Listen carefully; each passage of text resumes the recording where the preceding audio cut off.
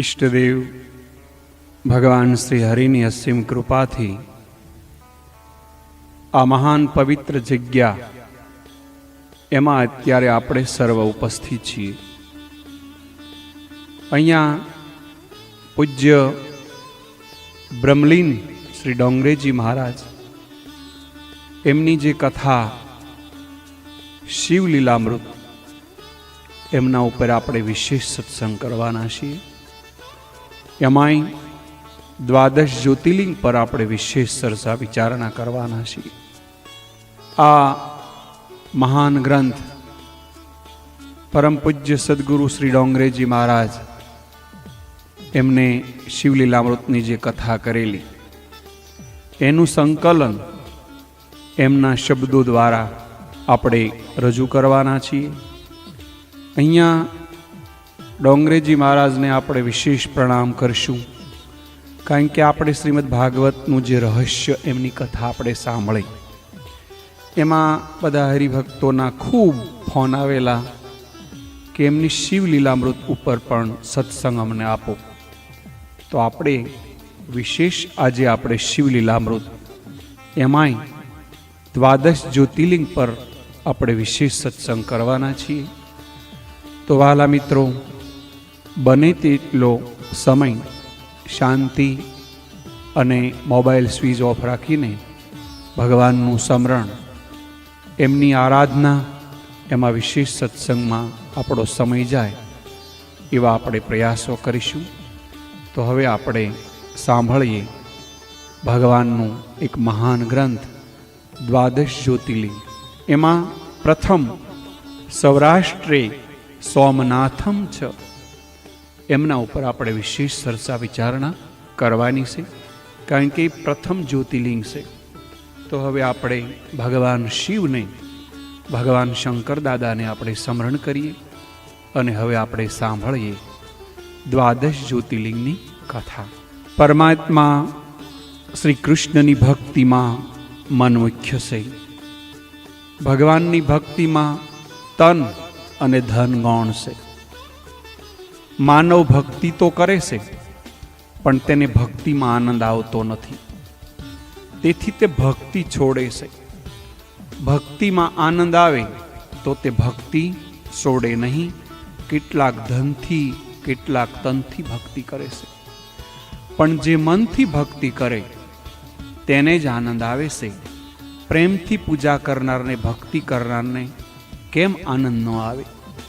ભગવાનનો સ્પર્શ થાય કે આનંદ મળવો જોઈએ. પૂજાના અંતમાં એટલું જ બોલીએ છીએ કે મારું પાપ ગયું, મારું દુઃખ ગયું, હવે હું અનંત રૂપ બન્યો છું. સેવામાં થાક લાગતો નથી. મનમાં એવી શક્તિ છે કે થાક લાગશે નહીં. વ્યવહારનું કોઈ પણ કાર્ય અતિશય પ્રેમથી કરો તો પણ થાક નહીં લાગે. બરફને સ્પર્શ કરનારને ઠંડક મળે છે, એમ પરમાત્માને સ્પર્શ કરનારને આનંદ મળે છે.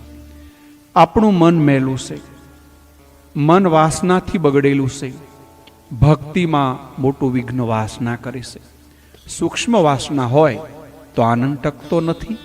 ભક્તિમાં આંખ અને કાન મુખ્ય છે. આ બે પવિત્ર રાખે તે જ ભક્તિ કરી શકે. દેવ પૂજાના પ્રારંભમાં આંખ અને કાનને શુદ્ધ જળ અડાડી શુદ્ધ કરીએ. પહેલા આંખ બગડે, વાસના આંખમાંથી અંદર પ્રવેશ કરે છે. પાપનો આરંભ આંખથી થાય છે. ભક્તિનો પણ આરંભ આંખથી થાય છે. પતન અને ઉન્નતિ બંને આંખથી થાય છે. આંખ બગડ્યા પછી બધું જ બગડે. પ્રથમ રાવણની આંખ બગડી, પછી મન બગડ્યું અને એટલા માટે એમનું જીવન બગડ્યું. વાસનાને આંખ આપશો નહીં. આંખ આપવા લાયક એક ભગવાન ઈશ્વર છે. પૂતના આવી તો બાલકૃષ્ણે આંખ બંધ કરી. જગતને ઉપેક્ષા ભાવથી આંખ આપો. સંસાર ક્ષણ ક્ષણમાં બદલાય છે. સુંદર તો મારા ભગવાન જ છે, તે ધ્યાનમાં રાખી જગતને આંખ આપો. અપેક્ષા દ્રષ્ટિ ઈશ્વરમાં રાખો. વેદમાં ભદ્રેમ કર્ણાભિ શૃણુયામ કહ્યું છે. કોઈ દિવસ ખરાબ શબ્દ મારા કાને ન આવે. ખરાબ ચિત્ર જોયા પછી, ખરાબ શબ્દ સાંભળ્યા પછી મન બગડે છે. વાસના અંદર આવે પછી શક્તિનો વિનાશ કરી બહાર નીકળે છે. સાવધાન થઈને સાત્વિક જીવન ગાળવું જોઈએ. શૂરપંખા શૃંગાર સજીને રામ પાસે આવે. શ્રી રામે એને નજર આપી નથી. રામ તેની સાથે બોલ્યા છે, પણ રામની આંખ તો સીતાની સામે જ છે. પૂતના શૂરપંખા એક જ છે. શૂરપંખા પણ વાસના છે અને તે રામને પતિ થવા કહે છે. જે સંસારમાં આવે છે તેને વાસના મળવા આવે છે. સંસાર માયામય છે. શ્રી સીતાજી પરાભક્તિનું સ્વરૂપ છે. રામે તો સીતામાં નજર રાખી, પણ લોકો બાલકૃષ્ણની ક્યાં નજર રાખે, ક્યાં આંખ રાખે છે. તેથી પૂતના આવી ત્યારે એણે આંખ બંધ રાખી છે. એક ભાવ એવો છે કે શ્રી કૃષ્ણ બાળક છે. પૂતના પરાઈ સ્ત્રી છે. બાળકને તેની બીક લાગે છે. તેથી લાલાએ આંખ બંધ કરી દીધી. સંસારમાં આવ્યા પછી પરમાત્માને પણ લોકો વિષ આપે છે. મીરાને સંસારે વિષ આપ્યો છે. એક ભાવ એવો છે, પૂતના આવી છે. લાલાને સ્ત્રીને મારતા સંકોચ થયો. તેથી લાલાએ આંખ બંધ કરી છે. સ્ત્રી અપરાધ કરે તો પણ સ્ત્રીને મરાય નહીં. જે ઘરમાં સ્ત્રીને મારવામાં આવે ત્યાં દરિદ્રતા આવે છે. પૂતનાને માર્યા વગર છૂટક્યો નથી. લાલો મોં બગાડી આંખ બંધ કરી મારવા ચાહે છે. તેથી પણ આંખ બંધ કરી છે. નીતિ નિયમ એવો છે કે જે એકને મારવાથી સમાજ સુખી થાય, જે અનેકને સુખી કરે તેને મારવામાં, એની હિંસા કરવામાં અહિંસા જ છે. પૂતના વિષ લઈને આવી છે. બાલકૃષ્ણ સમજી ગયા. સ્તનમાં વિષ છે. શિવજી ઝેરના આદિ છે. શિવજીની માથે જ્ઞાન ગંગા, તેમને બધું જ ખપે. હું તો માખણ મિશ્રી આરોગનાર. આથી લાલાએ આંખ બંધ કરી. આંખ બંધ કરી લાલાએ શિવને બોલાવ્યા. લાલાએ શિવને કહ્યું, વિષ તમે પીધું, દૂધ મને પીવા દેજો. લાલાએ શિવ સ્મરણ કરવા માટે આંખ બંધ કરી છે.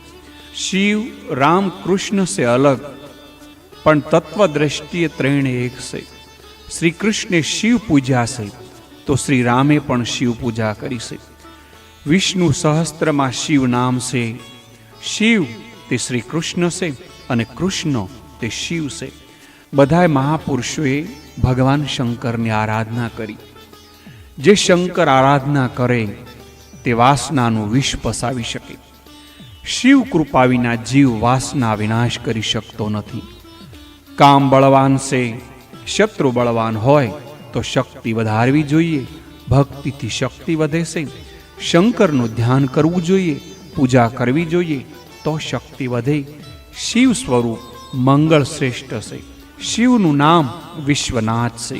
ભગવાન કૃષ્ણનું નામ જગન્નાથ છે. એક વિશ્વનાથ છે, બીજા જગન્નાથ છે.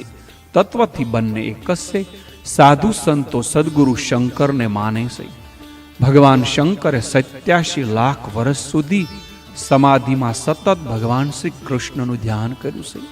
આ ધ્યાનથી શિવમાં તેજ શક્તિ વધ્યા. શક્તિપુંજ એટલો બધો કે કોઈ શિવના બરાબર દર્શન પૂજા ન કરી શકે. શિવજીએ 12 જગ્યામાં પોતાનું તેજ રાખ્યું છે. તે 12 જ્યોતિર્લિંગ કહેવાય છે. જ્યોતિ એટલે પ્રકાશ, પોતાનું દિવ્ય તેજ એટલે કે પ્રકાશ. શિવજીએ 12 જગ્યાએ પ્રસરાવ્યા. જ્યાં બધું જગત લીન થાય તે લીન. વેદોમાં ભગવાનના 2 સ્વરૂપોની પૂજા છે. એક સાકાર સ્વરૂપ, બીજું નિરાકાર સ્વરૂપ. શાલિગ્રામ ભગવાન નારાયણનું નિરાકાર સ્વરૂપ છે. શિવલિંગ ભગવાન શિવનું નિરાકાર સ્વરૂપ છે. ભગવાન નારાયણ ભગવાન શિવના સાકાર સ્વરૂપની પૂજા પણ થાય છે. સનાતન ધર્મમાં હરિહર પૂજા મુખ્ય છે. હરિ કહેતા ભગવાન વિષ્ણુ અને હર કહેતા ભગવાન શિવ. વૈષ્ણવો માટે શિવ પૂજા અનિવાર્ય છે. શિવ કૃપાથી ભક્તિ, મુક્તિ, સંતતિ, આરોગ્યની પ્રાપ્તિ થાય છે. દેવો, ઋષિઓ, મહાપુરુષો, સંતો શિવ પૂજા કરી મહાન થયા છે. શિવ વાસના રહિત નિષ્કામ શુદ્ધ છે. શિવે કામને બાળ્યો. કામને શિવે ક્રોધ કરી નથી બાળ્યો. શિવ તેજ તેનાથી સહન ન થયું, તેથી તે બળી ગયો છે. શિવ પરમાત્મા છે. ભારતમાં 22 પ્રધાન જ્યોતિર્લિંગ છે. આમ તો અનેક દેવો, ઋષિઓ, સિદ્ધિઓ શિવલિંગ સ્થાપ્યા છે, પરંતુ તેમાંથી 12 જ્યોતિર્લિંગનો મહિમા ઘણો છે. સૌરાષ્ટ્રમાં સોમનાથ મહારાજ બિરાજે છે. ચંદ્રના નાથ શિવ, તેથી સોમનાથ નામ છે. ચિત્રકૂટ મંદાકિનીના કિનારે અત્રિ ઋષિનો આશ્રમ છે. ચંદ્ર અત્રિ ઋષિના પુત્ર છે. અત્રિ ઋષિના પત્ની અનસૂયાની પ્રાર્થનાથી ગંગા ચિત્રકૂટમાં પ્રગટ થયા છે. ઋષિની વૃદ્ધાવસ્થાને લીધે ગંગા માએ કૃપા કરી ગંગા સ્નાનની ઋષિ પત્નીએ સુવિધા કરી આપી.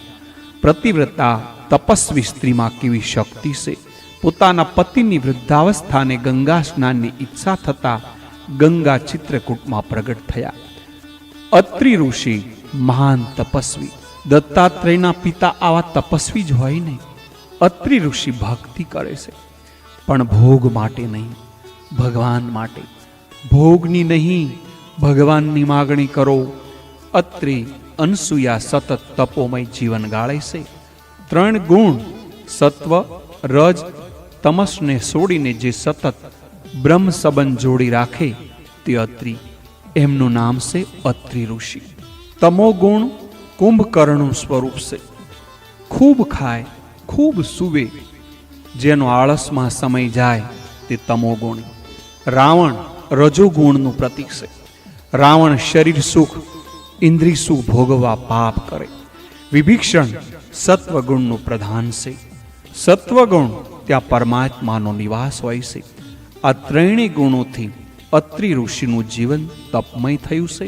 અત્રિ સતત ભક્તિ કરે છે. ભક્તિથી પ્રસન્ન થઈ એકવાર ચતુર્ભુજ નારાયણ ઋષિ સમક્ષ પ્રગટ થયા. ઋષિને કંઈ માગવાનું કહ્યું. ઋષિએ કહ્યું, મારે કંઈ માગવું નથી. અત્રિ ઋષિની ભક્તિ નિષ્કામ છે. જે કાંઈ માગતો નથી તેને ભગવાન પોતાના સ્વરૂપનું દાન કરે છે. એટલે જ અત્રિ અનસૂયાને ત્યાં દત્તાત્રેય રૂપે પ્રગટ થયા. અત્રિના બીજા પુત્ર દુર્વાસા ઋષિ છે. બંનેની વૃદ્ધાવસ્થા છે. દત્તાત્રેય સ્વરૂપ સુપાયું છે. ભોગી જીવોથી યોગી દૂર થાય છે. દત્ત ભગવાનનું સ્વરૂપ છે, પણ સંસારી જીવોને ઉપયોગી નથી. જ્યારે દુર્વાસા ક્રોધી છે. અનસૂયાને એવા પુત્રની ઈચ્છા છે જે જગતને સુખી કરે, આહલાદ આપે. સાધુ તે જે બીજાનું કામ સાધે, બીજાને સુધારતા પોતાનું સુધારે તે સાધુ. જગતના સુખનો વિચાર કરે તે સાધુ. અનસૂયા જગતનો ઉદ્ધાર કરે એવો પુત્ર જગતના શરણે ધરવાની ઈચ્છા છે. અત્રિ અનસૂયાને પુત્ર પ્રાપ્તિ માટે શિવની પ્રાર્થના કરી. તમારું શ્રાદ્ધ કોઈ કરશે એવી આશાનો આ કાળ નથી. લગ્ન પછી વ્યક્તિનો સ્ત્રીમાં એવો મોહ થાય કે માતા પિતાને ઉપકારને તે ભૂલે છે અને શ્રાદ્ધ કરવા નહીં પણ સમાજને સુખી કરવા અત્રિ અનસૂયાએ શિવ પાસે પુત્ર માગ્યો છે. વૃદ્ધાવસ્થામાં શિવ પૂજા કરી શિવે પુત્ર આપ્યા. પુત્રનું નામ છે ચંદ્ર. જે બીજાને આહલાદ આપે એટલે કે શીતળતા આપે એનું નામ, જેનું જીવન બીજા માટે છે એનું નામ છે ચંદ્ર. ભૂમિમાં પડેલા બીજમાંથી અંકુર સૂર્ય ઉત્પન્ન કરે. અંકુરમાં રસ ચંદ્ર કિરણોથી આવે. ચંદ્ર રસમય છે. બીજાનું પોષણ કરવાથી બીજાને સુખી કરવાની ભાવના ચંદ્રની છે. જે પરોપકાર માટે જીવે છે તે જ જીવ છે. ચંદ્ર નાના છે ત્યારથી તેજસ્વી સુંદર છે. માતા પિતાના આસાર વિચાર બાળકમાં ઉતર્યા છે. સંસાર સુખી બને, કોઈ ભૂખ્યો ન રહે, દુખી ન રહે. આ માતા પિતાના સંસ્કાર ચંદ્રમાં ઉતર્યા છે.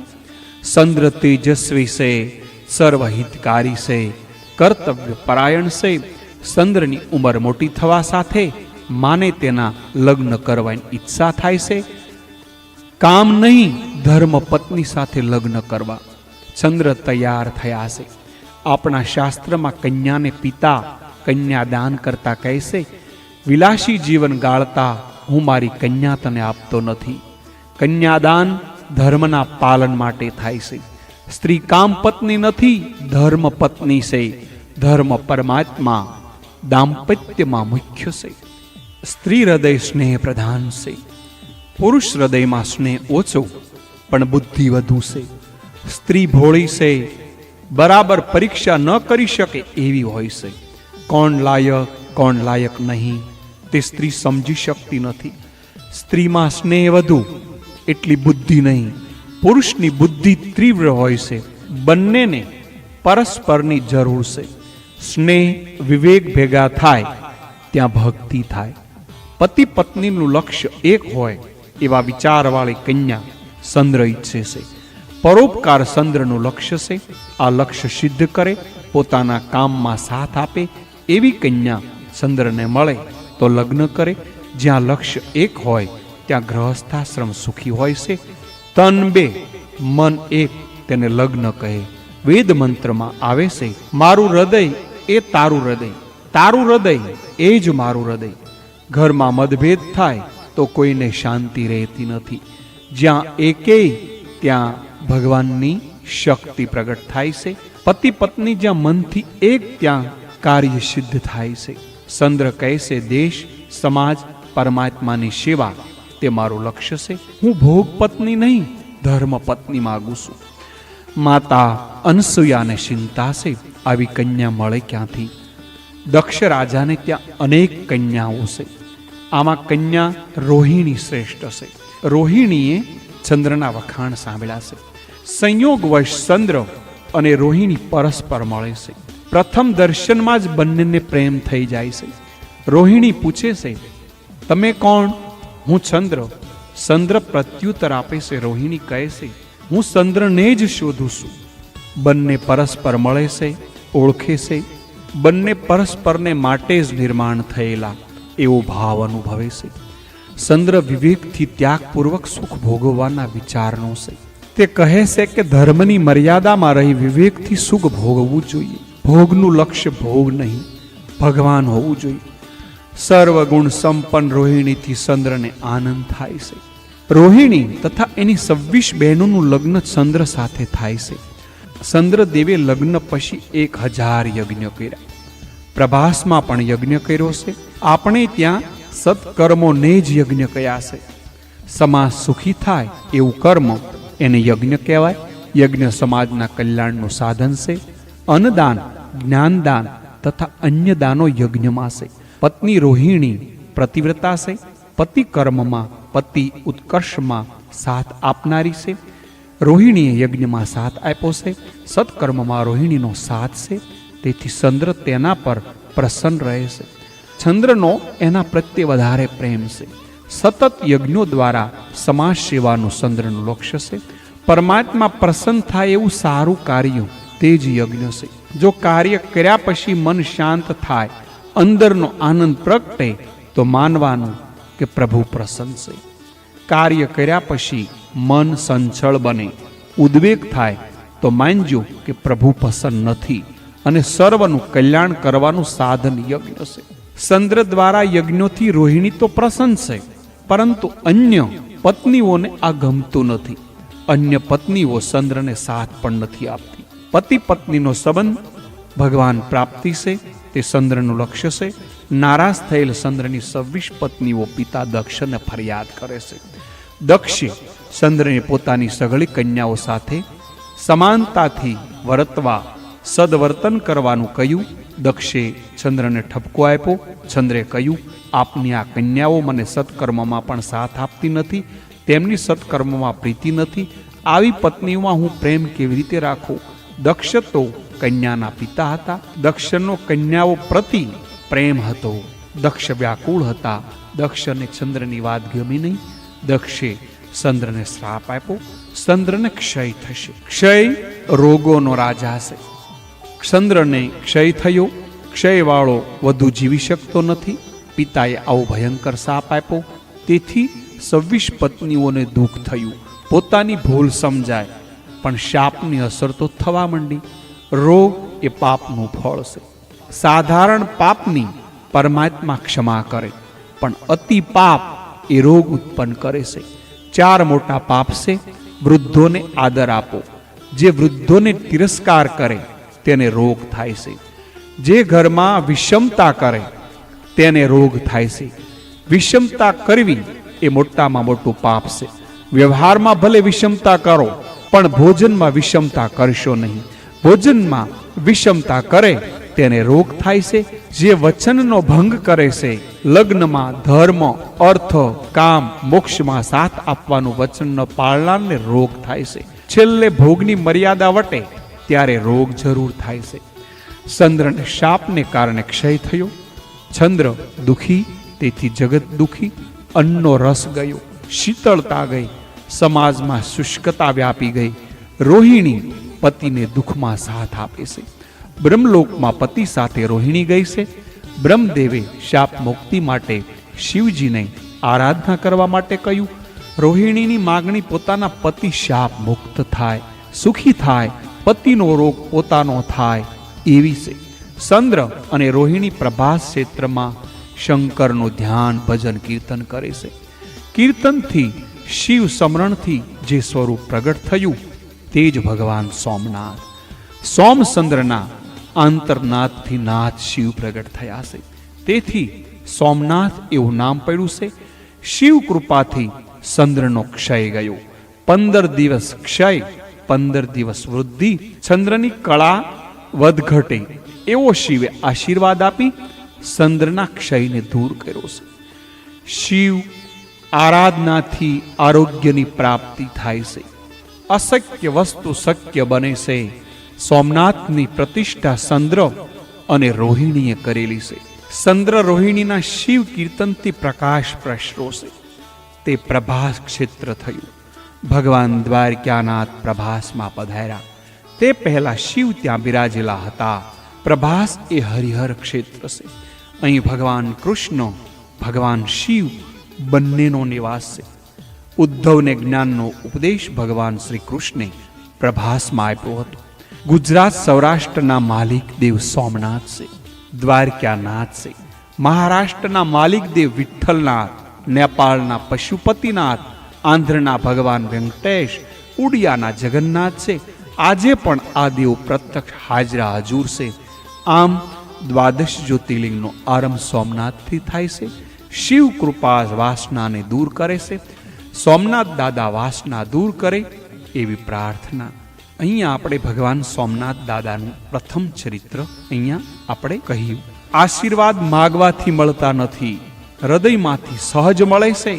સેવાના ફળ રૂપે હૃદયમાં ભાવ રૂપે આશીર્વાદ પ્રગટ થાય છે. ભક્તિ બધાય સદગુણો લાવે, વિવેક, નમ્રતા અને સદભાવ ભેગું કરેલું સાથે આવશે નહીં. જે વાપરશો તે સાથે આવશે. ભક્તિની જાહેરાત કરશો નહીં.